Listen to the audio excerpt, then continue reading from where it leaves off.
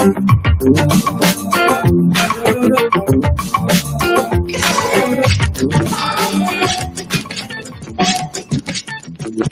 views and opinions expressed by callers, guests, and hosts do not necessarily reflect those of the Black Talk Radio Network and Black Talk Media Project. Black Talk Radio is new black media for the new millennium.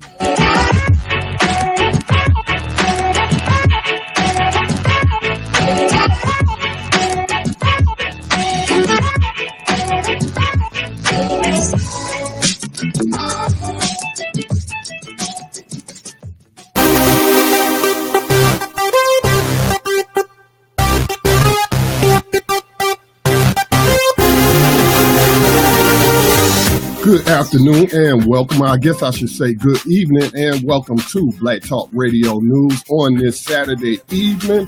The time is 7 o'clock p.m. and the date is March the 18th, 2017. Again, welcome into this broadcast of Black Talk Radio News. Our broadcast home is at blacktalkradionetwork.com, which is a independent black media platform which is managed by the Black Talk Media Project. Please make your tax-deductible donations today to support independent black media, which we have much need of, especially during these times of fake news coming out the corporate news apparatus. So you can go to blacktalkmediaproject.org. Pick up one of the Black Radio Station Matters t-shirts. We have different pricing for the different sizes. You're not purchasing a t-shirt, but it is a gift that we send to you as a thank you for your donation in supporting the efforts of the North Carolina-based New Media Education Operation Black Talk Media Project. Today is just going to be an open news forum, but I do have a main topic that I would like to discuss based off of some interactions that I've had with black people here recently, as well as interaction that my daughter had with a black business owner trying to show support for black businesses. And this person basically told her that he supports all businesses. I mean, that's like when people say Black Lives Matter, people who then say all lives matter. And so I just want to talk a little bit about the fallacy of black unity. For those who have been listening to the station or listening to my program on the station for quite some time, I have said before that I don't believe black unity is 100% possible, and that is an unattainable goal because all people who look alike, or as they say, all skin folk ain't kinfolk. What those people, in terms of their values and their principles, I cannot unite with everyone. I cannot betray my own principles and my own values just to work with somebody because they share my skin color.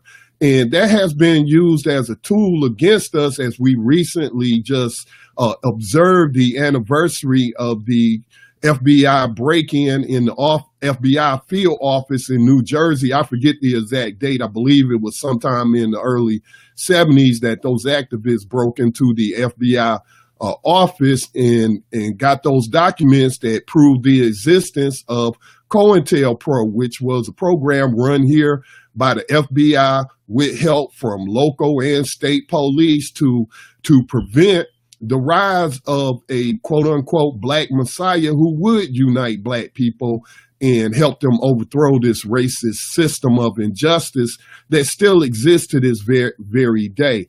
And they used as a weapon people letting their guard down around other people simply because those people share the skin color, and they were able to hire black people to infiltrate those organizations, to destroy them, or to sow seeds of confusion from within. So it's just a fallacy for people to talk about black unity when that's not possible. You can't unify with everybody. You have to unify with people behind ideals and principles. It doesn't make any sense to unify with skin color solely being the basis of your unification.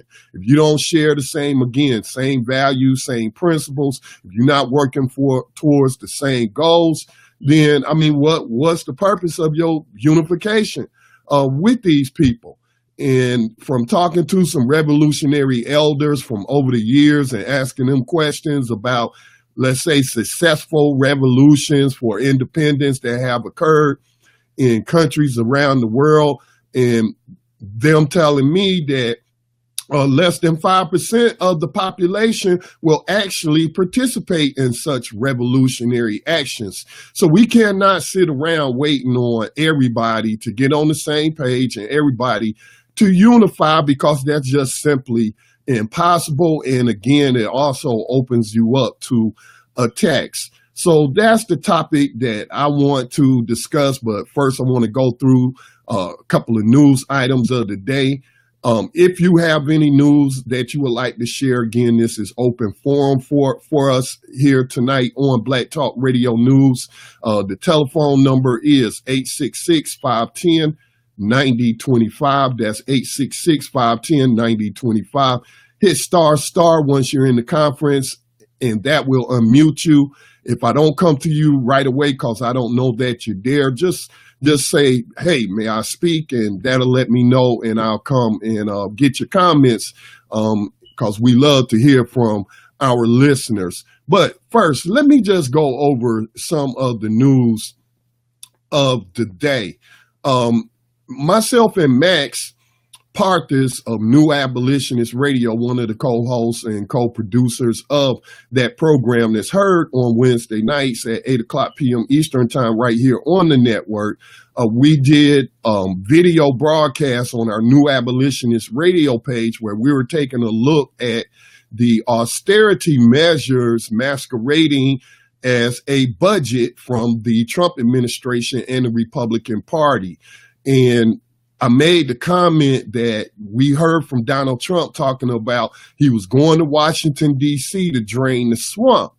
And most people kind of took that as meaning he was going to get rid of the corporate lobbyists and there was no longer going to be any kind of business as usual in Washington, D.C., where you had these lobbyists who actually write laws and put them in the hands of politicians to make into actual laws. You know, they write legislative proposals and then get the politicians in their pockets to push these proposals. Well, that's not the swamp that he was thinking of, apparently, because with these austerity measures, again, he is looking at draining many of the social programs that many people across all spectrums, poor people, working poor, and the middle class rely on as a social safety net, considering the fact that so many jobs have been lost. The jobs that are here are usually service industry. We just, here where I live, just lost they had a big layoff at the local truck manufacturing plant. I think it's Chrysler, Daimler, or something like. They just had a recent massive layoff. One of my daughters worked there. Now she's waiting tables and going to school for accounting. So there are a lot of people in rural America and urban America that will be hurt by the draining of these social programs. But the angle that myself and Max was taking is that this is actually going to result in people committing crimes that we call crimes of survival, where you may not want to engage in certain activities that have been deemed illegal, but you may not have a choice. When you lose, let's say, any kind of help that you're getting, let's just talk about Section 8 housing, where you're getting a subsidy to help you afford the rent on a house, or if you're in public housing where your rent is based off of how much income you have coming in. Well, if a lot of people lose those subsidies, how do you think they're then going to subsidize their costs? They're probably going to turn to selling weed, selling crack, selling meth. Some people may engage in prostitution. They're going to do what they need to do to survive. Okay, that's just the reality of the situation. Everybody out there doing things and not doing those things simply because they want to or because of the mainstream glorification of criminal behavior through rap music, through Hollywood movies where we see these activities being glorified. No, some of them may be engaged in it simply because their minds are being controlled by the mainstream media in that industry, particularly that gangster rap type stuff. But other people are engaged in these things because they have to, not because they want to. Okay. And so what is that going to lead to? Well, we know that this administration and Republicans, along with elements of the Democratic Party, are in full support of what is called the prison industrial complex, which is part of modern day slavery and human trafficking. So if you cut these social safety nets, you're going to have all of these people engaged in activities that they otherwise would not be engaged in just to make ends meet. Then they get caught by one of the slave catchers out here. I understand that the Trump administration is talking about putting more slave catchers on the street. And that, of course, is going to lead to more people trapped in prison slavery and become victims of human trafficking. All right. So please check that video out. It's on our YouTube channel, Black Talk Radio, and on our page, New Abolitionist Radio. So if anybody has any kind of feedback on that, any thoughts that they would like to give on that, we would love to hear from you about that. Now, I do want to point out, as I did further research, because we hear people engage in racializing these social programs, that is so that they can feed into the anti-blackness that is so prevalent here in the United States and worldwide, some people would say, and I would tend to agree depending upon what part of the world you're living in. But we have politicians and political commentators and these people at these think tanks who want the majority of Americans to believe that only non-white people, illegal immigrants, black people, Hispanics are the primary beneficiaries of these social programs. But if you look at the raw numbers, we'll see that that is not the case. So I also wanted to do some other research. And is it correct to say that these people are just welfare beggars or looking for handouts when the majority of these people actually have jobs? They're called the working poor for a reason.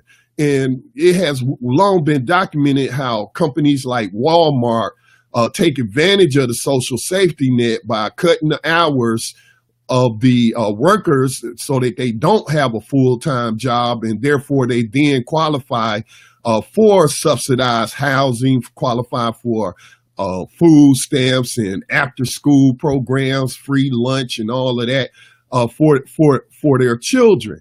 But in reality, if you look at it, the poor are the most taxed, and I'm again talking about the working poor, are the most taxed in this country. You know, they also, even though some of them may get a tax return and therefore you may say they don't pay taxes, but they pay taxes on the goods that they buy. They pay gas tax just like everybody else. They pay sales tax just like everybody else.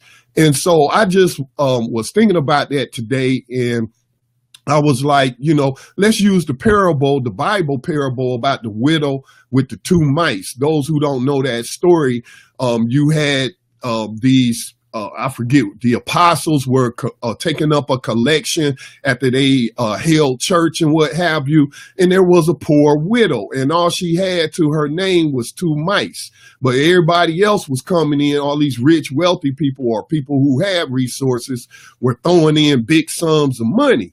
And then here comes this poor widow woman with two mice, which was all she had, and she throws it in the collection plate. And so then the apostle says that she has given more than everyone else because you only gave a portion of your bounty. You only gave a portion, and she gave all she had. And so using that parable, I just wanted to do some quick research and ask, is it correct to say that these people are taking something when they are paying taxes that fund these social safety nets. So let me just share some quick research from this is, let me pull it up right quick. This comes to you from the Pew Charitable Trust. I think you can find them at pewtrust.org. And this article, which was produced in 2015, says the poor pay a higher percentage of income in taxes.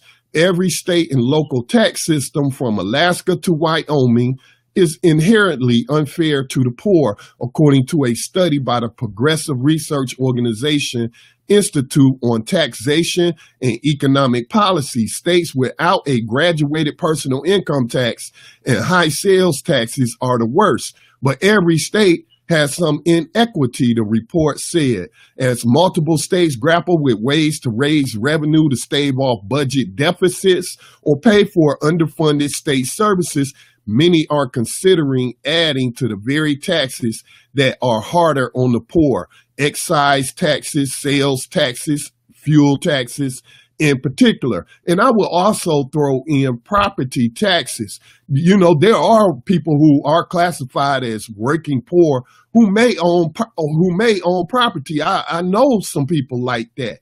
And so property taxes may go up, especially if the federal government, if the Trump administration and the Republicans drain the swamp.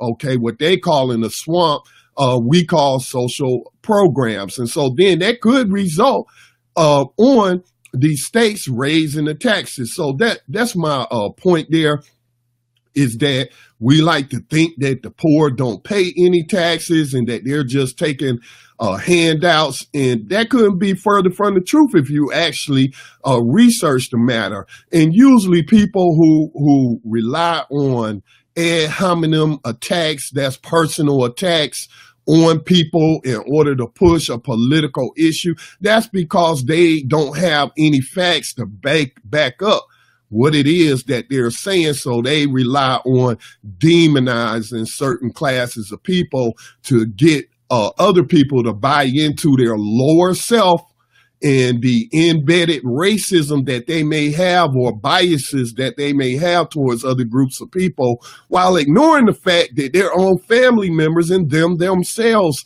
are benefiting from these programs. So I think that is an important conversation that we need to continue to have. All right, the next story that I want to share with you, this was shared with me by Mr. Otis Griffin. He said, hey, Scotty, somebody has listened to Black Talk Radio Network, USA Inc., and what he's referring to, and I may not have opened up like I regularly open up because I haven't been on air in terms of this program. I missed last week because I had something come up with a family member who needed my help. But I generally say I'm broadcasting from behind the enemy lines of USA Inc. And I tell people to look that up. So here we have a story where you have Donald Trump, who gave a joint press conference with Angela Merkel, who is the president or chancellor of Germany, and he called the United States a company instead of a country. Somebody posted a clip. Let's see if we can hear him, quote unquote, misspeaking. So hopefully this will cue up. Accumulation of debt. We're a very powerful country. We're a very strong country. We'll soon be at a... All right, that ends it there. So he said, we are a very strong company. And I don't know if Donald Trump misspeaks a lot, but it is possible that Donald Trump has the knowledge that the federal government is indeed a corporation. People like to tell you that it is a constitutional republic. That's how it was founded, a race-based, slavery-based constitutional republic, but it was a constitutional republic. Well, in 1871 is when the federal government in Washington, D.C. incorporated. So if you file some papers to incorporate, then that makes you a corporation, aka a company. And so I was just reading the comments on this Huffington Post article. The article itself isn't important because they are just simply trying to mock Donald Trump and just point out every little thing they can. And yes, we should be opposing his administration, but a lot of the stuff is just simply childish, bickering and, just mocking people or whatnot. But I'm wondering if he really didn't misspeak and he was telling the truth, but then he was like, everybody doesn't know the truth. So let me continue on pushing this propaganda that we are a nation. Now, of course, a nation, you can have a nation without having a government. If you look up the definition of nation, all it means is a group of people who live in a certain region, who share a language, who share a common history, who share a culture. So you can have a nation of people without them actually having a government.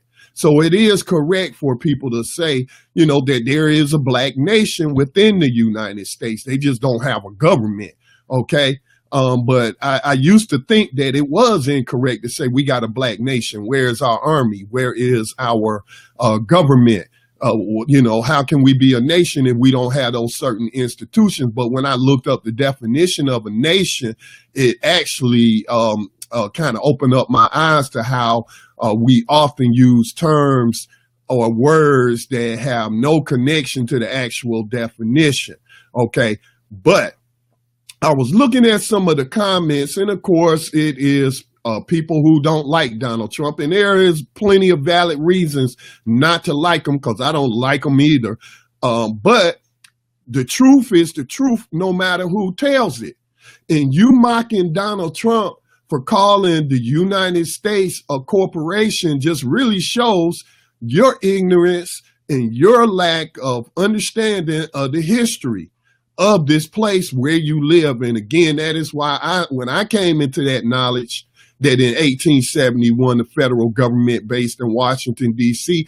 incorporated, I start referring to the government as USA Inc. So again, we don't have to be ignorant. We have the information highway, also known as the internet, and it's just a shame that people don't use it. And they just simply rely on people in the mainstream media or other talking heads in alternative media who don't know what they're talking about. And we fall in behind them thinking that they're giving us correct information. And in fact, they don't have the correct information. So it's just very important to read. It's very important to know the definition of words. And it is most certainly important to know who is ruling over you in the country that you live. I keep hearing these so-called people call themselves American patriots and talking about the founding fathers established a constitutional republic. Well, that ceased to exist a long time ago. All right. It is a corporation now, and it is in the business of turning a profit. And they have been very, very terrible at turning a profit when you look at the deficit. But that is because they're funneling all that money to their corporate friends. That is what the privatization of policies that we see. That's just a transfer of wealth to their rich friends. Look at his administration. He's appointing a bunch of CEOs, billionaires from these corporations that have been robbing the people up and getting all of this taxpayer money for a very, very long time. So I thought that was pretty funny that people will be mocking Donald Trump because he started off by saying the USA is a company when in fact he did not misspeak. This is USA Inc. And as I always say, I'm living behind the enemy lines of USA Inc. All right, the next story. Let me check the time. I will only be on air for an hour. I've been losing my voice. I'm still trying to get over. Well, I've gotten over the flu. I haven't been running a fever or anything like that. I've gotten my strength back, but I'm still dogged by this cold. A lot of people around here, crazy weather. One minute is hot. A very beautiful day today. Yesterday it was cold. So that's been playing with me. So I'm only going to be on air for an hour as I'm trying to save my voice. But the next story that I want to go to is in relation to the DNC fraud lawsuit. For those that don't know, or those who want to play games and just simply point at any kind of wrongdoing in terms of the Trump administration and the Russians helping get him elected, which is complete nonsense. But you want to ignore the fact that the Democratic primaries were rigged. And there's evidence. You can ignore those emails of John Podesta all you want to, who made a lot of money from lobbying on behalf of the Russians as well. But you can ignore those emails that were published by WikiLeaks all you want to. And you can play these games saying the Russians hacked it and all that when really it was a leak. And that's why you have that DNC staffer dead now who was killed in Washington, D.C. But I'm not going to go there. But we have evidence from those emails, and now we have more evidence that they committed fraud against not only the campaign of Bernie Sanders, but every Democrat that threw their hat in the ring to seek the Democratic nomination.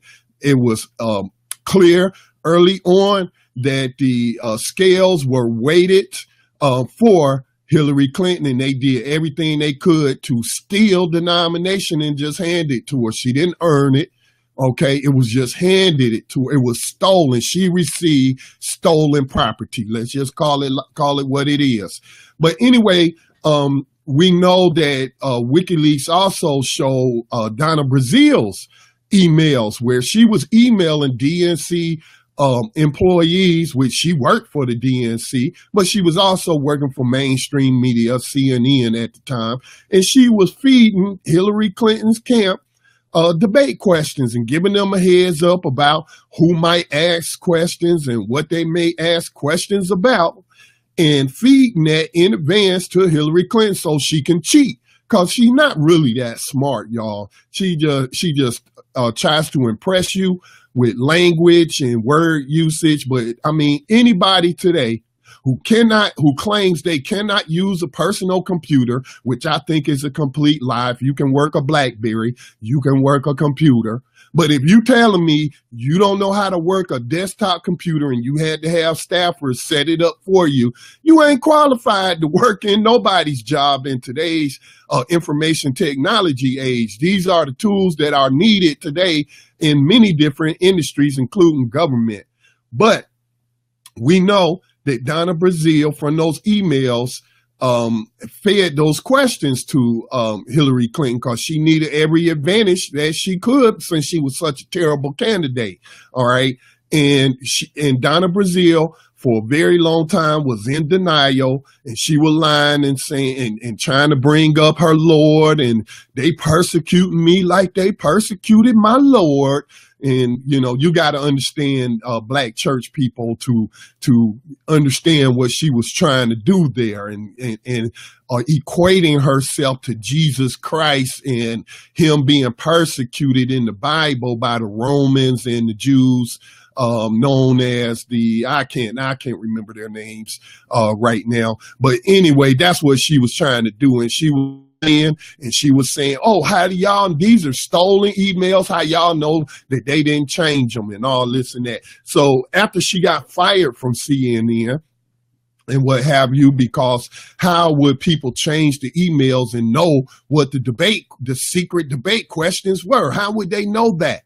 Okay, CNN didn't say their servers got hacked or anybody leaked anything from their servers. But now it seems that Donna Brazil has caught a conscience.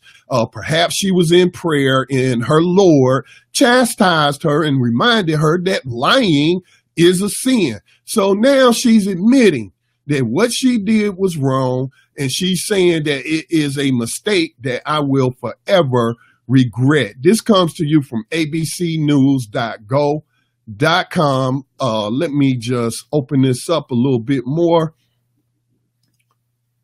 before my computer browser starts locking up. And let me just enlarge this text so I can read some from this article. A former interim Democratic National Committee chairperson, Donna Brazile, has for months been dodging questions about passing along potential topics to Hillary Clinton's staff in advance of a CNN town hall. So it wasn't just the debates, it was the town halls as well.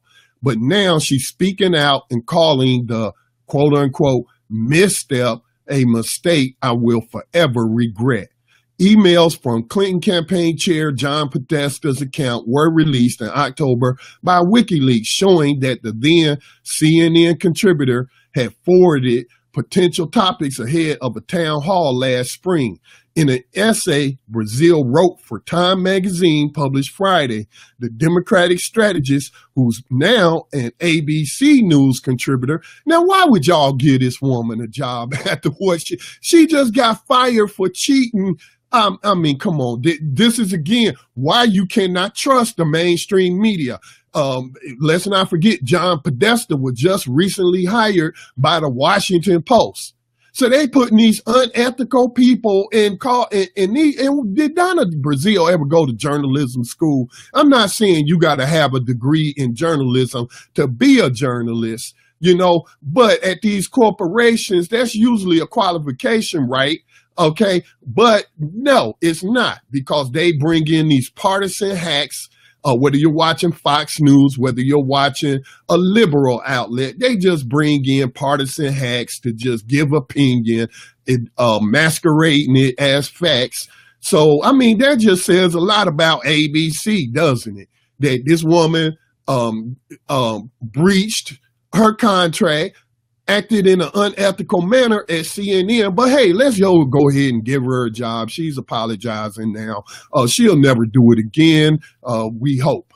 All right. So anyway, let me continue. In an essay Brazile wrote for Time magazine published Friday, the Democratic strategist, who's been an ABC News contributor, charts the DNC's rocky period, writing, when I was asked last July to step in temporarily as DNC chair. Again, why did she have to step in? Because Debbie Wasserman Schultz was forced to resign after her role in cheating all the other Democratic candidates in favor of Hillary Clinton. That's why Donna Brazile then became the interim DNC head, because the other one, also caught in unethical things, was forced to step down. So she says, when I was asked last July to step in temporarily as DNC chair, I knew things were amiss. The DNC had been hacked. No, they weren't. It was a leak. And let me also say this. How do y'all know it was a hack? All the people that want to say it was a hack, when the FBI asked to examine the DNC servers and they wouldn't allow it. Now, why the FBI did not seek a warrant and grab possession of that server, since you're saying that a crime occurred, then how you going to be talking about a crime occurred and there's no law enforcement examining the evidence left at the crime scene? So it's incorrect for people to say it's a hack, because you've seen no evidence, and DNC ain't letting anybody see their servers except for one private corporation who they pay to examine the server. And if I'm paying you, again, whoever pays the piper names the tune. So that ain't credible. They ain't not credible. They're employees of the DNC. So anyway, she just wants to continue to talk about they were hacked, and thousands of staff emails and documents were plastered on various websites. Staff were harassed, morale suffered, and we lost weeks of planning. Donors were harassed, and fundraising fell off. That's because y'all was cheating. I mean, take some responsibility. People giving millions of dollars to whatever campaign candidate like Bernie Sanders, like some of the other candidates, and then they find out that you didn't rig the process and you're thinking it's going to be a fair, process. So of course they were angry. Of course they stopped giving money. She then addresses the release of Podesta's emails, writing, then October, a subsequent release of emails revealed that among the many things I did in my role as a Democratic operative, and that's the key with they're admitting they're operatives, okay? And DNC vice chair prior to assuming the interim DNC chair position was to share potential town hall topics with the Clinton campaign. Why you didn't share them with Bernie? Why you didn't share them with whatever that man named who was the former governor of Maryland and former mayor of Maryland? Why you didn't share it with everybody? Because clearly you wanted Hillary Clinton to win because y'all know she couldn't win on her own. Then it goes on to say, let's see, I had been working behind the scenes to add more town hall events and debates to the primary calendar, and I helped ensure those events included diverse moderators and addressed topics vital to minority communities. She further explains, my job was to make all of our Democratic candidates look good, and I worked closely with both campaigns to make that happen. But sending those emails was a mistake I will forever regret. It was not a mistake. And you're continuing to lie when you talk and trying to insinuate that you was trying to help all Democrats or you was trying to help Bernie Sanders, since you're only referring to one other campaign. We know that was him. And so you're continuing to lie. You weren't trying to help him. You weren't trying to help nobody but Hillary Clinton. Let's stop lying. I mean, God, I tell you, these people, man, I don't know what to tell you, except for they're crooked, they're corrupt, and there is no salvation for them. She still is, well, I'll just leave it at that. We don't need to go any further. She's admitting that she fed those questions and pointed out people who may ask questions to the Clinton campaign. Now, this is more evidence to the federal lawsuit. It's a class action lawsuit that was filed against the Democratic Party for cheating, for rigging the process. And so she has just given them more evidence. She has confirmed for us that those emails are true, that they are authentic, even though she first tried to throw doubt or cast doubt on their authenticity. Now she's confirming that she did what exactly she said she did in those emails. This is going to help those people with that federal lawsuit. Now that federal lawsuit, the DNC fraud lawsuit, it's been in limbo since I think December was the last hearing where you got the DNC. This is what they used as a defense. They're trying to get the lawsuit dismissed by saying, well, these people knew the process was rigged. That's their defense. Their defense is to admit that they cheated all the other candidates and they basically stole the money of the people who donated to those candidates, not named Hillary Clinton. To be honest with you, I hope this destroys the Democratic Party. I hope that they will not be able to recover, but I'm sure their billionaire class friends will pay the tab if they lose this lawsuit and are forced to return who knows how much money, hundreds of millions of dollars. All right, so let me see, what time is it?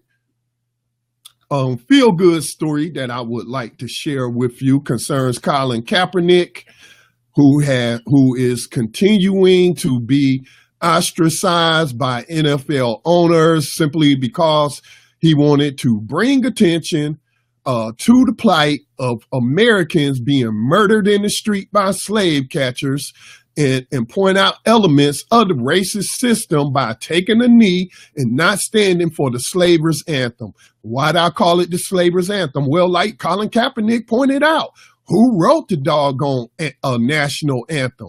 All right. And what was he talking about?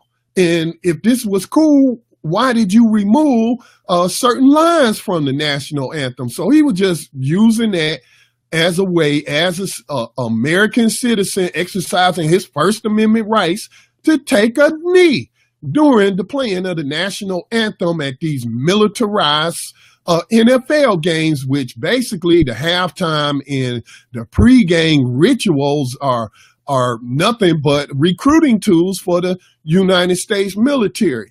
And so even though he says that he's made his point, he's raised awareness on this issue, that he's no longer going to continue to sit during the national anthem. It seems these NFL players NFL owners do not want to give him a job, as he opted out his contract with San Francisco, and he's a free agent now, and he hasn't been picked up. But regardless of his personal situation in terms of his employment right now, he's still doing what he has been called to do, what the Creator has put on his heart to do, and that's to help people less fortunate than himself. So he was able to get Turkish Airlines, which is the only airline that flies out of the United States and lands in Somalia, but he got them to donate an airplane to ship food and water to Somalia. So I just simply commented, said, my man still ain't got signed by another team, but something tells me he will be all right if he never collects another check from the NFL. And so, my hat's off. We salute you, Colin Kaepernick. Keep doing your thing on behalf of those less fortunate than yourself. All right, now, let me go ahead and take a quick station identification break. We have about 20 minutes. I'm already starting to feel the strain on my voice. Sorry, I can't do 2 hours tonight. But if you have a question or a comment, anything that you would like to add to what I'm saying, or if you would like to challenge me on any other information that I'm putting out, please do so by giving us a call at 866-510-9025. That's 866-510-9025. Hit * to unmute yourself. If I don't see you on the board, just say something so I know you there and you want to comment. Now, I want to move on to the main topic that's on my mind, been on my mind for about a week now, after my daughter went to this new dollar store that opened up in a little town that we live outside of, Mount Holly, North Carolina. So my daughter goes into this strip mall, which, has a lot of empty space there. For some reason, businesses who occupy that space seem to go out of business within a year or two. So now a black man has opened up a dollar store right there in that little strip mall. So my daughter, always looking for a deal, always trying to spend her money wisely, went into this new dollar store to see what they had in terms of merchandise. So my daughter used to manage Dollar General for a number of years. Since she got out of high school, she had been working at Dollar General, worked her way up to manager. Now she left that job and started working for like a children's clothing chain and whatnot. But she knows something about the retail pricing that you should expect at dollar stores. So first she goes in the store. I'm getting ahead of myself. First she goes into the store. And she's talking to this black man, and she finds out that he's the owner. And she says, wow, that's great. I would love to support black businesses. And this man gonna tell her, well, I don't really buy into that. I support all businesses. I think we should support all businesses. So she said she was kind of taken aback by that, but she let it go. And so she just continued to, just look at what he had in the store. And I think she purchased a couple of items and then left. So she was in there a couple of days ago, and she was looking at a particular item that she wanted to purchase, but she knew that it was way overpriced. And she asked the man, she said, why you charging so much for this particular item? She didn't tell him she used to work at a dollar store or manage a dollar store. And she just asked him to see, instead of him saying something like what some people been telling me, I've seen no evidence of it. But instead of telling her, well, we black folks got to pay more for our goods when we buy them wholesale than other businesses. Or instead of saying something like, well, I can't buy in such large amounts as some of these big box stores, so I don't get as cheap a price as them. So I have to, charge a little more than what they do. Now, that would have been a logical explanation, right? That'd have been a logical explanation. I'm still not buying the explanation that black businesses pay more because, unless it's because they can't buy in as much bulk, but nobody has said that to me. Now, I do have some background myself in wholesaling. I've had wholesaling experience and getting stuff and slinging it at the flea market that I bought wholesale from suppliers and whatnot. But that's not what he said to her. All right. What he said to her was, you're cheap. He called her cheap. That's disrespectful. And on top of you talking about you support all businesses when she said she wants to support black businesses, and she was happy to find out this new dollar store had a black owner, then that tells me right then and there that you don't value the business of black people. You want to be on that all businesses matter type crap. So I told my daughter, don't go back in that store. Do not support this man's business since he, says he supports all businesses and we should support all businesses, and he wants to talk to you in a disrespectful manner. Don't go in his store. Now, I got people I shared this story on social media, and I got people coming at me making excuses and saying that I'm harming black unity and all this and that. All right. Nothing about how dare this man, well, not everybody, but some of these people that's coming at me sideways is not concerned about this black man disrespecting this black woman and not taking into account, it doesn't even factor into them that when he was told that she wanted to support black businesses, he was on that all businesses matter tip. So this is what I'm talking about. We cannot unify with everybody. You're not going to disrespect us and then expect us to support you simply because you share our skin color or melanation levels or whatnot. No, I'm not. No, I will go somewhere else where I am treated in a respectful manner. Okay. So again, this is what I'm talking about. Black unity is impossible. It's impossible when people do not share your values and people do not share the same principles that you share.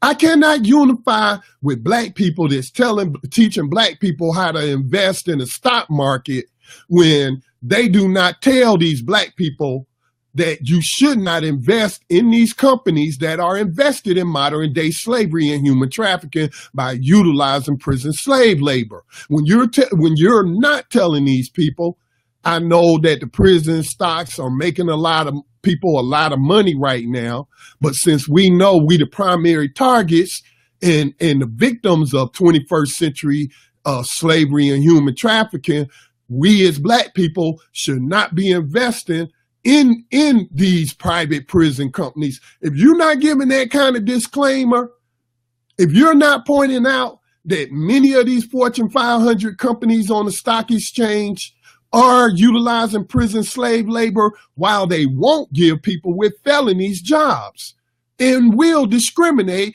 against black people. So I can't unify with you. I cannot tell people, go support this person because they doing such and such. They trying to help black people because I don't see them as trying to help black people if they investing in any element of the modern day slave system. I just can't do it. Now, here's another interaction I had. I'm sick and I ain't gonna say that. I'm already sick enough. I need to quit speaking that, right? I just don't like it when people who classify themselves as Moors, and I've talked about this in the past, come at me talking about why you calling yourself black, why you talking about, the Black Panther Party and them calling themselves black and we're not crayon colors and all this and that. We understand that, okay? We understand that. And I'm not a Moor because I'm not a Muslim. And I'm not from North Africa. That is where Moors originate from. And they're Muslim, okay? They practice Islam. I'm neither of that, all right? So it's incorrect for me to call myself a Moor. Now, also, Noble Drew Ali, the person who started the Moorish Science Temple incorporated in Illinois or Indiana, I believe, as a religion, and they're still incorporated as a religion. I'm not a member of that religion. I'm not a member of that church. That guy was from right here in North Carolina, a son of former slaves, and he wasn't from Morocco. He was born right here in North Carolina. And he converted to Islam. And then later, he started the Moorish Science Temple later in his life. So I don't belong to that. So I'm not a Moor. So I can't unify with people who disrespect me and try to take away my right to self-determination, which includes how I identify.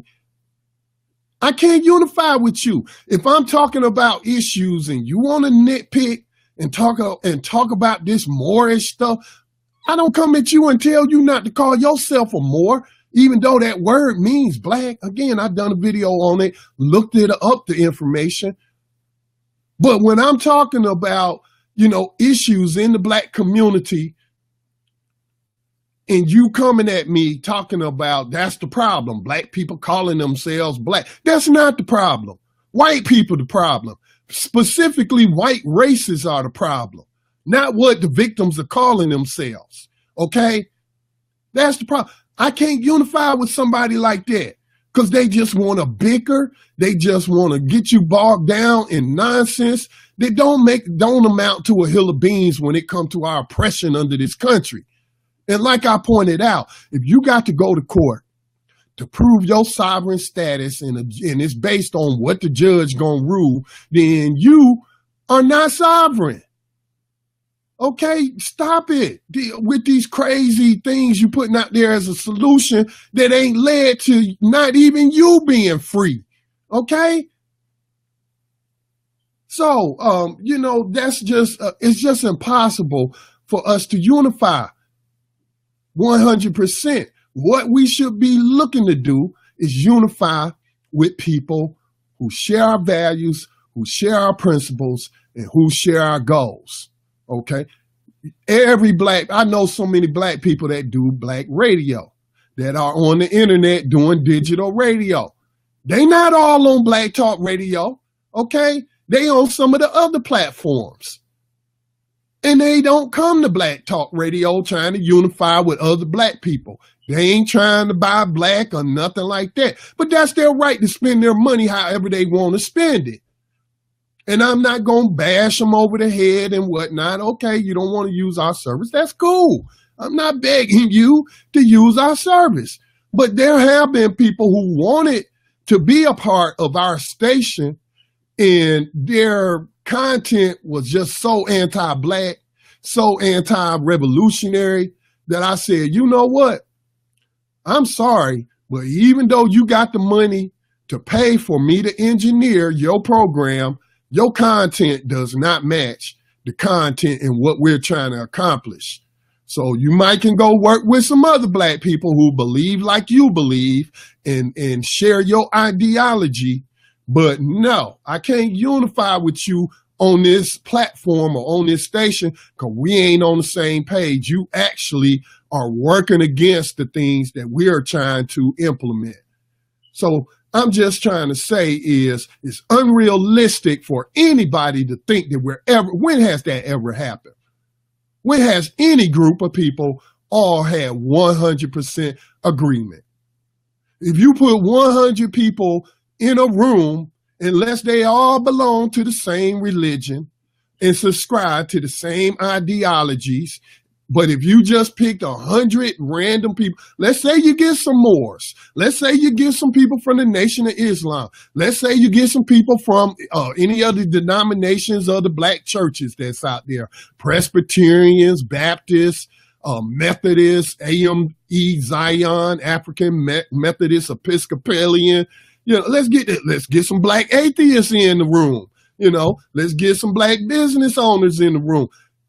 All those people are not going to agree 100% on everything. And that is an unattainable, unrealistic goal. And I am not trying to unify with all black people because all skin folk ain't kin folk.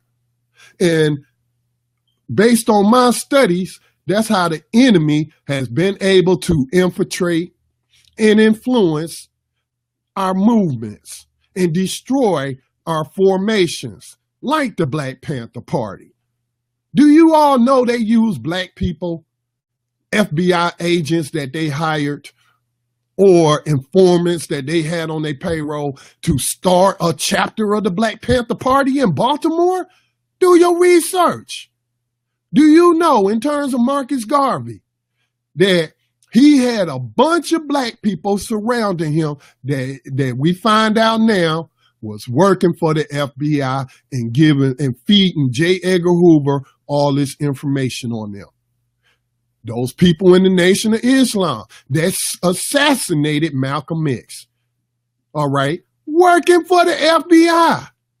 FBI been infiltrated the Nation of Islam. All right, y'all can get emotional and y'all can fall back on y'all need to defend your religion or whatnot. I'm not attacking you. I'm just stating the facts. That we let our guard down around people who look like us, which makes them the perfect tool for the enemy to use to destroy us from within, to feed information to them, to derail everything we try to do. You better start screening people that you work with. You better set up, if you run an organization, you better have a screening process. You better be doing background checks. You better do like when I was in the military, forgive my service to white supremacy. I didn't know what I was doing at the time. All right. But when I needed a top secret security clearance, these people sent people to talk to some of my high school teachers, some of my old girlfriends. That's how deep they go in checking a person's background. That's how the government operate. We need to operate the same. All right. You just can't accept everybody into your organization or your formation or think you're going to collaborate with them simply based off of how they look. We know the famous black photographer of the civil rights movement was working for who? The FBI. He in the room taking pictures and taking notes so he can give it to the FBI. This was just revealed here recently. So it's a fallacy to promote black unity if you trying to say we all get along and we are all going to be 100% in agreement on everything. Because I'm here to tell you, I ain't trying to be everybody's friend. I ain't trying to be everybody's comrade. When I see you engaging in things that are detrimental to the movements that I'm a part of. And the last thing on that, as I get ready to wrap up this broadcast, is that today or last night, and it's not just last night, I've been seeing this for a while. And let me just first say, I'm guilty of it too, or I was guilty of it in the past. I used to bash the civil rights movement. I used to bash Martin Luther King, but that was because I was ignorant and I was going off of what other people were saying. And I was, because I was reading early Malcolm X, where Malcolm X was a mouthpiece for somebody else, and he was bashing Martin Luther King, and he was bashing the civil rights movement and what have you. And I was stuck on that period of Malcolm's life. And I had not yet studied how he evolved on his positions, and he started saying how he supported Martin Luther King Jr. He supported the civil rights movement, saying they wanted the same things that I want: freedom. And I gathered, but we have people who put themselves out there as being black militants. The white man is the devil, and I never worked with a cracker and all this and that. And they're using Malcolm X, early Malcolm X, to bash MLK in the civil rights movement, or anybody who would engage in any other tactics that they use from that period. And so I can't unify with somebody like that. And again, I'm not putting anybody down. I'm pointing out, I'm making an observation. That's something that I was guilty of myself in the not too long past. But I'm always constantly trying to learn. I'm always constantly trying to evolve my understanding of what's going on. And I continue to read up on Malcolm X, Martin Luther King Jr., and other leaders who are fighting for justice and equality. So how can you unify? How do you expect people to unify, black people to unify, when you got people that's bashing what they doing based off of some fake ideology or some incorrect ideology, where they're using one black leader to attack another black leader? All right. Now, I do believe in telling the truth. Nobody's above criticism, but let your criticism be based on fact. Don't just quote Malcolm from early in his life. Quote Malcolm after he came into the understanding, after he got more information of what Dr. King was trying to accomplish and those who worked with him in the civil rights movement. So let me go to the phones. I said that I was about to wrap it up, but that's cool. I'm just losing my voice, but I think this is Brother Jerry or either male, 423. Go ahead and chime in. Thank you for calling in to BTR News. What's on your mind? Yeah. Greetings, Brother Scatter. This is Jerry calling out Chattanooga. I ain't trying to hold you up. I just wanted to ask you a real quick question. I got on kind of late, and I was wanting to know, what are your thoughts about this white playmate calling Van Jones out? I mean, a lot of us already knew this about him, but I see it's a lot of people upset because it was a white woman who said it outright. Mm-hmm. And I was wanting to know, what was your thoughts on it? Because I'm like you as far as like the Donald Trump. I have no love for this person whatsoever, but he does spill the truth quite often. And I'm not sure if people get mad because he's telling the truth, or like you said, if they just dislike him because they want Hillary to win, or if it's a combination of the both. Either way, like you said, you got to take the truth no matter who it's coming from. And this guy tells a lot of the truth. He tells a lot of their secrets, and people get mad and say he's lying, he's crazy, this, that, and the other. But you stated this once before. I don't think he's a very, very smart person. I believe personally that he's very manipulative, and that he exercises that on people. But one thing he does do well is that he speaks what's on his mind. And when you have that type of money, you come in contact, whether you're smart or not, you come in contact with people who have that information. And he shares that information quite often. And people get very upset about it, like you said. And I was just wondering, what was your thoughts on that whole Brother Jerry, instance? Brother Jerry, don't worry about holding me up. We got more people on the board. If they have any questions or comments, I stay on air if people are participating, but if not, I just get out what I need to get out. And then, I keep it moving, but I am kind of losing my voice here. I was not aware of this story, Brother Jerry, till you brought it to my attention. But like you just said, and I that quote where you said, "I'm for the truth, no matter who tell it," that's Malcolm X. Malcolm X said that. He said, "I'm for truth, no matter who tell it." If it's a racist devil that's telling the truth, well, who am I to argue with the truth? I'm not going to discount the truth just because of where it came from, So that's how I feel about it. What's that, Brother Jerry? I was agreeing. I was saying yes. And to be absolutely honest about the situation, when you're dealing with those absolutely forerunning racists, they tell you the exact truth also. You may not like how they deliver it or the context that they put it in, but they give you the truth.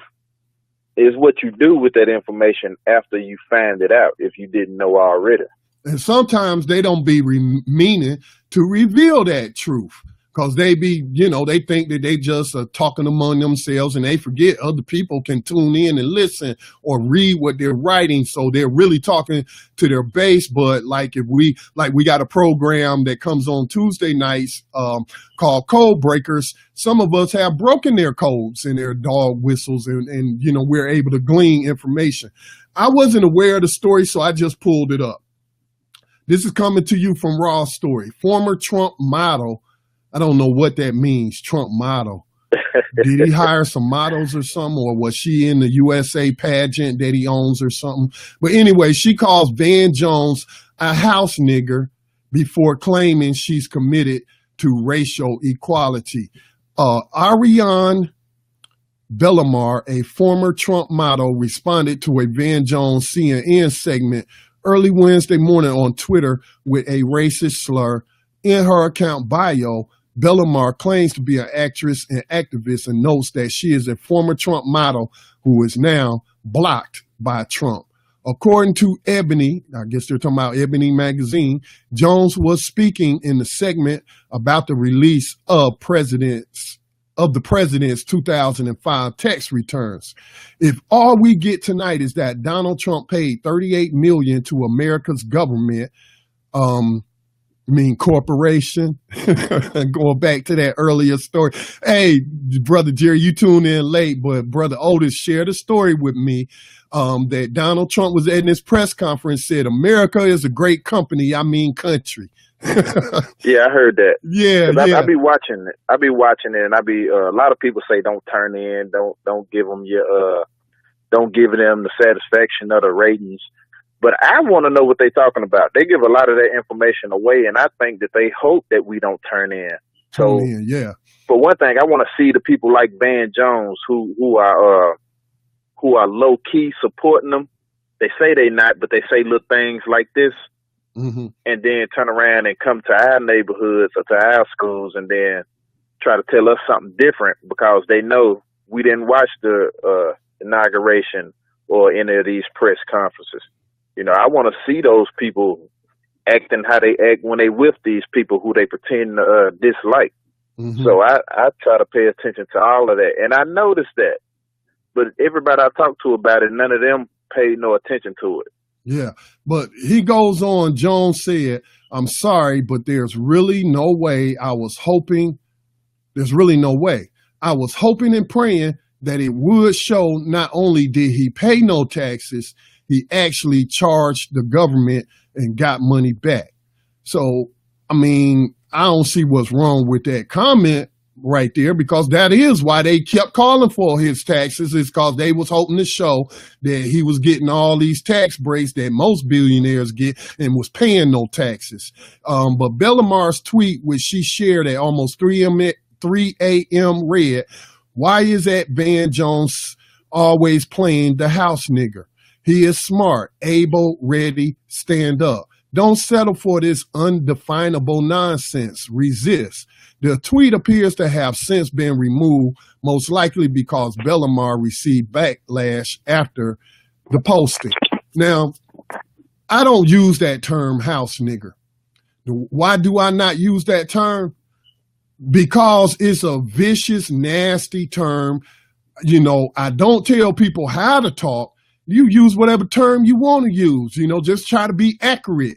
Make sure that the terms you're using are accurate.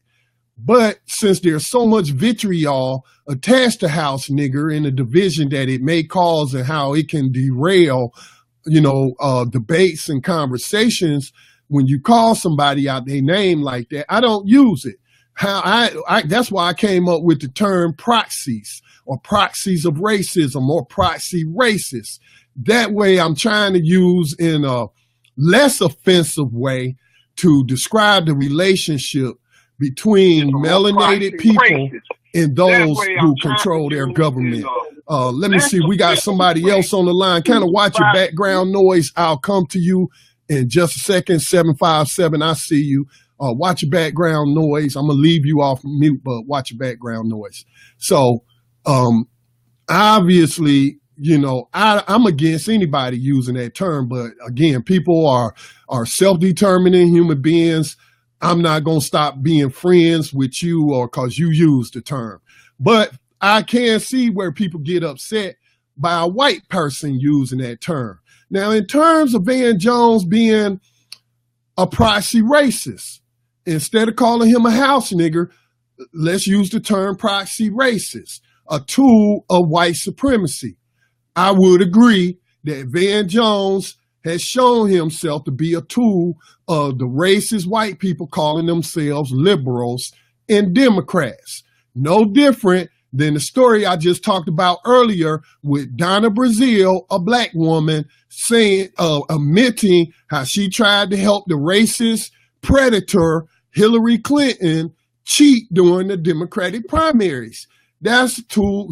That's a tool of racism. She wasn't trying to do anything to help black people. She was trying to help a racist white woman who has done much harm to black people and was probably likely to do even more if she got in that position. Okay. So, I would say without using the term house nigger and supplementing that with the term proxy racism, that, yeah, he has shown that he has practiced proxy racism. Now, is he doing it knowingly, willingly, or whatever? I don't know. But a lot of people, will do a lot of things for a paycheck and just to be on TV. So does that kind of answer your question, Jerry, how I feel about it? Oh, yes, sir. I feel the same way. I don't necessarily use those terms no more. And a lot of people I know, they get mad at me because I don't correct them. I ask them things like, man, you think that's really appropriate for you keep saying we need to be doing this and do that, and then you go and call the next brother this, and they actually coming around. So I agree with you, and like you and especially Brother Braggs, I always say these words mean something. So why not start training ourselves to use different words? I mean, we're very intelligent. Some of us don't always show it, but we are very intelligent, so we shouldn't simplify ourselves down to that stature. But that answered my question perfectly. All right. So with that being said, I'm gonna put myself on mute, Brother Scotty. Thanks for taking my call. All right. Well, thank you for the question and bringing that bit of news to our attention, because I had not known about that story. Caller from 757, thank you for calling in to Black Talk Radio News. Do you have a question or a comment you would like to share with us? Yes, Scotty Reed. I got something I'd like to say. Can you hear me? Yes, sir. Yeah, this is Otis Griffin. Hey, Otis, thanks for tagging me in that article of Donald Trump telling the truth about what the U.S. government actually is. Oh, yeah, but I have no sympathy for them. I tagged them on Facebook and Twitter as jockeys, lawn jockeys, and chambermaids. You're nice to them, and I'm not. Van Jones, he goes on his little messy truth and tells everybody about how he's for black people and he wants to bring this nation together. But he didn't tell you that he's also got a money-making proposition with Newt Gingrich trying to get opiate addiction pushed through a company that they make money off. He's married to Jimmy Carter's niece. Is he? I didn't know that. Oh, yes. So he's tied up in money. Good to know. And he's not necessarily, quote, for black people. I've been slowly showing my mom when you listen to the little things that he says on his show. He'll let white folks say anything they want, just like on his last show. The guy basically called him a dummy because he didn't make A's in school in math. And he just did the man a high five and went on, and my mom was appalled. He just called him a dummy. I said, yeah, he knows it too. But he's a shiftless nigga. He's a lawn jockey. His job is not to advocate for black people, which is my problem with most of these people that I argue with for the CBC or any of them. If you're not advocating for black people that are part of your constituents, I don't want to hear from you. You can't tell me that you're for us and you're like, what's his name, Clyburn out of South Carolina, John Lewis. How many of them have any kind of mentoring program, and they've been a representative for 3 and 4 decades? But you don't hear of them having mentored anybody on the lower level, whether it's in their district or coming up in the state level. They have not networked for anybody black. Otis, let me say this. And you can continue, but let me just make this quick point about what you said. Now, some of them are mentoring young people, but my problem is, what are you mentoring them to become? Proxy racists, just like you showing them how they can get money out the system and money from these lobbyists and whatnot in order to not end slavery and to mitigate, the damages to the system. So yes, some of them are mentoring young people, but I wouldn't want them mentoring my daughter. Here's what I'm saying to you. Are you still talking? No, go ahead, Otis. Okay. I'm saying I see a few of them bringing family members and extended family in, gotcha. But they are not creating institutions that can sustain themselves. In other words, if they go or they die, there's nobody there advocating for us. And that's the part that I'm trying to tell you, you know as well as I do. You got a program going for 8 years, but if you don't work some people in that can sustain that, you're just paddling for nowhere. And I know you well enough over the last 8 years to know you're trying to build a system that's going to go on when you're done. And they're not doing that for us, which is the problem. That's why they can never stand up and do anything in unison when it comes to fighting something in Congress. If you notice, this whole 8 years that they spent telling us about obstructionism, they didn't have a problem coming up with $40 billion for Israel. They didn't have a problem going around and sequester to make sure that they could put these triad missiles in North Korea. All of that. None of that is something that you can do without Congress going along with you moving that money around. But they do that behind closed doors. Mm-hmm. So I don't even believe in this stuff about being no two parties fighting, whether it's Republican or Democrat. I worry about when they get in cahoots and leave us out. Mm-hmm. Because as far as I'm concerned, we can't stop them from bombing. But if you're going to spend money, black people ought to be getting their share of it. Just like Obama for 8 years, he's in charge of $2 or $3 billion that he could have forced the advertising budget for the Army, Navy, and Marines. He could have forced them to do a $1,000 a month contract with you that would have changed your whole focus in your business. It ain't had to be nothing major, but $1,000, $1,500 a month advertising in your business because it's a black-owned business. Mm-hmm. But he didn't do none of that for nobody. Mm. Yeah. To that point, though, I wouldn't have took the money to promote recruiting for the U.S. Army. I wouldn't take money for that. They do it for research and stuff too. I'm just giving an example. Right. For media research. Yeah. Right. Yeah, I'm with you. I got you.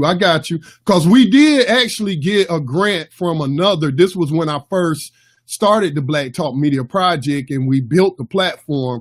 But we got a grant because I don't apply for grants from the federal government or whatnot.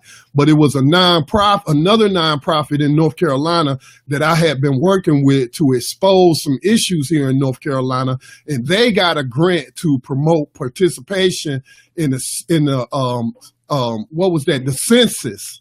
I think it was the 2010 census, and I got a sub grant from them. I got the grant from them to promote census participation. So I feel you. I follow where you're going with that. Yeah. Okay. I'm loving y'all work too, man. I'm going to sign off. All right. Thank you, Otis, for chiming in, bro. Be strong. Before I take our next caller, I want to also address something that someone points out on the Facebook page, because we're streaming live on Facebook as well. But going back to, you can't unite, 100% unity in the black community is a fallacy. okay, because everybody don't share the same values and principles. Then I also pointed out how the U.S. government, particularly the FBI under J. Edgar Hoover, hired black people to infiltrate organizations and destroy them from the inside, but also to promote bickering between different groups. So this person, let me go ahead and show this, and I appreciate you sharing this with us, Mr. Rice.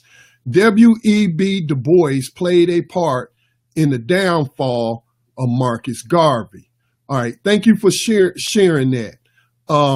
You know who else said some things about Marcus Garvey? A. Philip Randolph. Now, let me preface this by saying I'm not attacking any of these men. We're all fallible, all right? We can make mistakes, and especially when we're being manipulated by racist white folks and elements of the U.S. government. I can understand why A. Philip Randolph took issue with some of the things that Marcus Garvey said. Like, Marcus Garvey said the black men shouldn't be wanting to be able to ride in these nice railroad cars on the railroad traveling across the country because the black man ain't build the railroad. Now, if I'm a black person who was born in this country, and you got to realize Marcus Garvey was not what they call an African American. He wasn't born here. He was born in Jamaica. So he may not could totally identify with what they call the African American experience because he was an immigrant to here. So A. Philip Randolph knows all the contributions that Africans made to the building of the railroad, to making inventions for these railroad cars and engines and braking systems, and plenty of black people. Elijah McCoy, go look up. That's where the term the real McCoy comes from. So if I'm out here fighting, and again, we get caught up in integration and we want to think that it means, oh, we just want to be next to white people. No, what it meant was you taking taxes from me. You're making me pay for these freaking railroads, all right? And if you're going to take my money, you're not going to stick me in no car that is better reserved for herding cattle.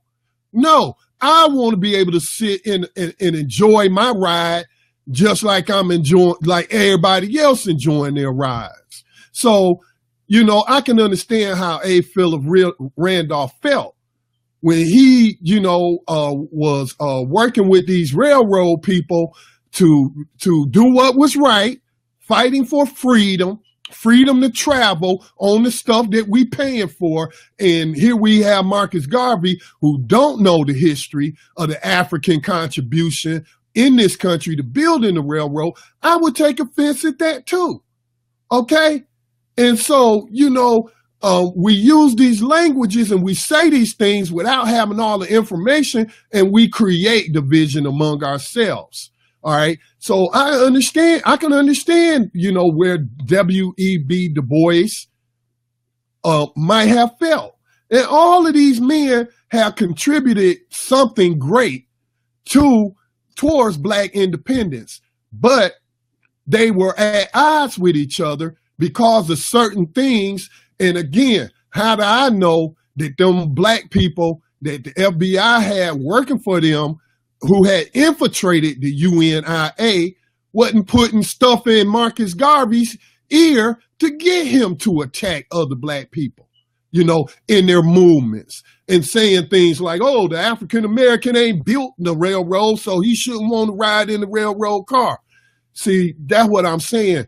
It's impossible sometimes to unify with people when they don't have all the correct information, or they're attacking you based off of false information. So all three of those men, again, they were men.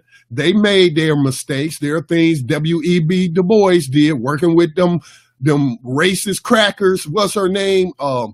Margaret Sanger, and pushing abortion in our community. I don't agree with that, but I do certainly agree with him, promoting education. within the black community. So that's all I'm saying. Let's go to the phone lines. Give me just a moment. And we have 803. I believe that is my abolitionist comrade, a person who I have no problem with unifying on this battlefield with, Max Parthas. Is that you, Max? Yes, sir. Peace, Brother Scotty. How you doing, man? Hey, peace to you, bro.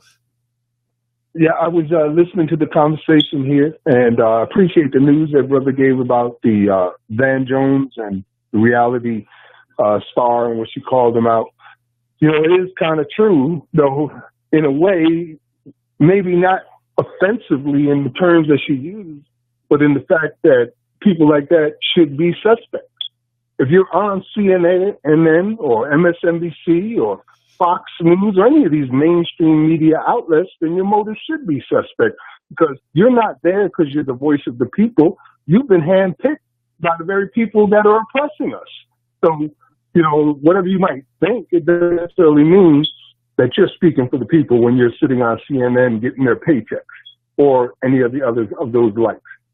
But as far as the fallacy of black unity, which is what the original thing was about, I've been having this conversation myself over the past few days, and I had to point out to someone that during what we could call the birth of the new abolitionist movement, the president was black, the attorney general was black, the head of the Bureau of Prisons was black. There were several black commissioners of state prisons like Christopher Epps, and we had people at all levels involved in the very system that is destroying us, who themselves were people of color.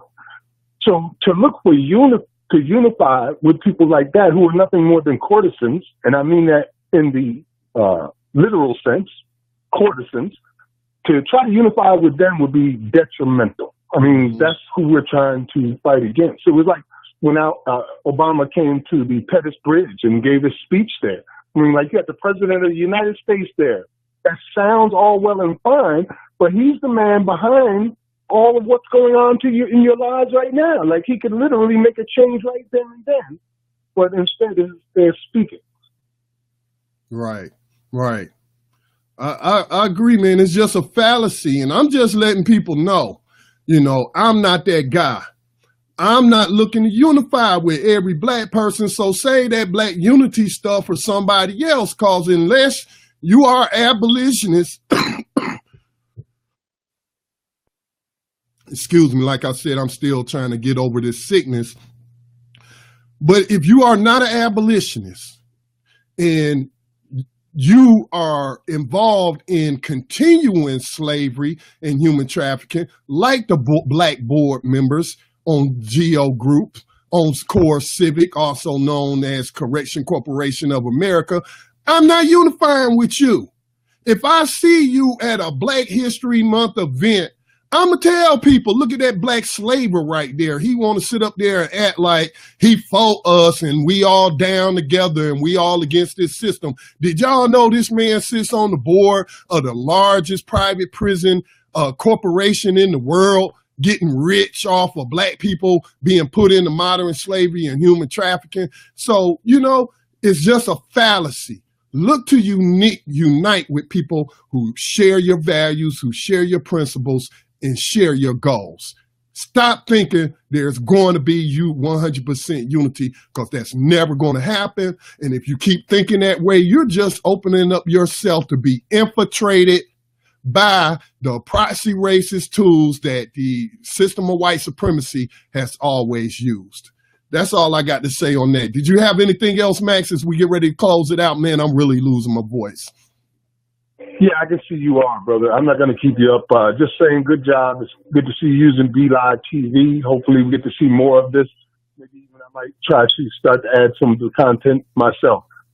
When it comes to black unity, we're looking for critical mass. That's what we're looking for. Just right. Enough of us to get together to make the other ones look like, yo, you have chosen the wrong side of history. Because they have. And there's no in-between in the fight that we're in. Either slavery exists or it does not. You can't have it in between. There can't be almost slavery. That'd be like being almost pregnant or almost dead. So there's no in between on here. You have to pick one side. And saying things like I hadn't thought about it or it really doesn't matter means you picked your side. So that's all I got to say. I'll see you guys on Wednesday at New Abolitionist Radio. All right. Peace, Scotty. Peace, Max. And as I get ready to wrap it up, we would like to see some people unify with us on August the 19th in Washington, D.C. for the Millions for Prisoners Human Rights March so that we can highlight the plight of the victims of modern day slavery and human trafficking and bring awareness to the world that slavery was never abolished, that they put an exception that allows for slavery in the 13th Amendment, and they've been lying to everyone and telling us that the 13th Amendment abolished slavery when it simply moved it from the farms in the fields to the prison plantations, where then they are sent back out on those farms and fields, because again, my younger brother was 10 years a slave, wrongfully convicted, and they had him on a turkey farm here in North Carolina. So slavery was never abolished. And if you want to count yourself among the new abolitionists today, you can do so by doing whatever you can to support it. The march coming up on August the 19th, just Google that, put that in your search engine. Millions for Prisoners Human Rights March happening August the 19th of this year in Washington, D.C. And that'll take you to the website of our sister who has been working tirelessly to organize it, Sister Crystal. All right. So let me go ahead and shut it down. Thank you for tuning in to Black Talk Radio News. I'll be back on air, as Max said, on Wednesday night for another broadcast of New Abolitionist Radio. I'm going to get me some honey and stuff and see if I can work on my voice. All right. Peace and blessings to all. Recognize the fact that you do live behind the enemy lines of USA Inc., the CEO of USA Inc. Just let you know that this morning that it is not, your government is not part of your nation. It's a corporation that exists to steal the wealth of all of its, what will we call them, subjects, and then transfer that wealth to his billionaire corporate friends. All right. And be safe behind these enemy lines, develop codification, and just be safe. All right. Peace and blessings to all. I'm out.